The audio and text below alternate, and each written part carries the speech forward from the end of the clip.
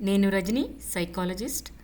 మెత్తని వాళ్ళని చూస్తే చాలామందికి మొత్తబుద్ధి అవుతుంది. ఇలాంటిది ఒక పాత సామెత కూడా ఉంది.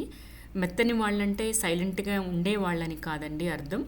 విలువలు తెలిసిన వాళ్ళు వాళ్ళ పని వాళ్ళు చేసుకుంటూ ప్రక్కన ఉన్న వాళ్ళని ఇబ్బంది పెట్టరు అసలు. ఎవరిని తొందరపడి మాట అనరు. కష్టపడి పైకి వచ్చే మనస్తత్వం ఉంటుంది. ఓపిక కూడా చాలా ఎక్కువ ఉంటుంది. చిన్న చిన్న లోపాలు తప్పితే మంచి వాళ్ళనే చెప్పచ్చు. వీళ్ళ మంచితనాన్ని కొంతమంది మూర్ఖులు అడ్వాంటేజ్గా తీసుకుంటారు.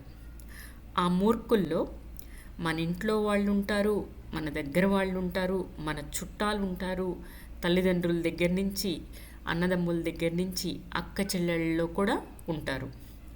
కానీ ఈ మెత్తని వాళ్ళు తమని తాముని ఎలా కాపాడుకోవాలి? ఎందుకంటే వాళ్ళు ఎక్కువగా మానసికంగా బాధపడుతూ ఉంటారు. ఎందుకంటే ఎలాగో తొందరపడి మాట అనరు కాబట్టి.